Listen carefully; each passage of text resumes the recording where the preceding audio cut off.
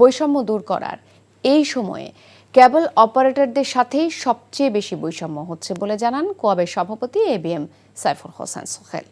বলেন, 1 মাসের মধ্যে 7-এর 6 ধারা বাতিল না করলে কঠোর কর্মসূচি দেওয়া হবে।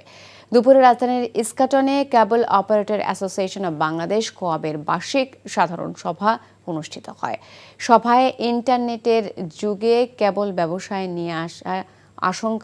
নিয়ে আশঙ্কা প্রকাশ করেন ব্যবসায়ীরা। কেবল টিভি অ্যাক্ট 2006 অনুযায়ী OTT প্ল্যাটফর্মে লিনিয়ার টিভি চ্যানেল সম্প্রচার বন্ধ করা, 7-এর 6 ধারায় বর্ণিত কেবল অপারেটরদের ইন্টারনেট ব্যবসার জন্য লাইসেন্স নেওয়া নিষিদ্ধের ধারা বাতিল সহ 5 দফা দাবি তুলে ধরেন কোয়াবের সভাপতি।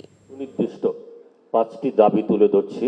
ইন্টারনেট ব্যবসা যেন করতে পারে সেই লক্ষ্যে বিটিআরসি কর্তৃক প্রণীত 7-এর 6 দ্বারা বাতিল করতে হবে।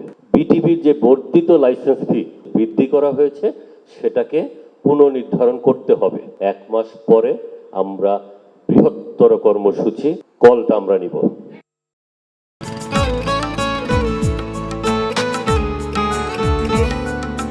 আপনার নামটা? নীলা। রাহুল।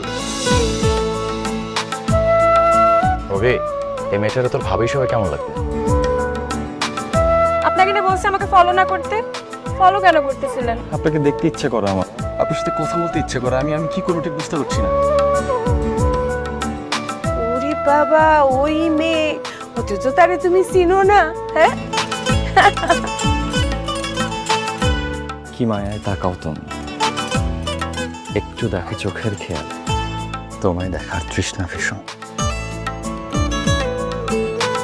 ভালোবাসায় বুঝি দেনা পাওনা থাকে? অবশ্যই থাকে, ভালোবাসা সবকিছু থাকে।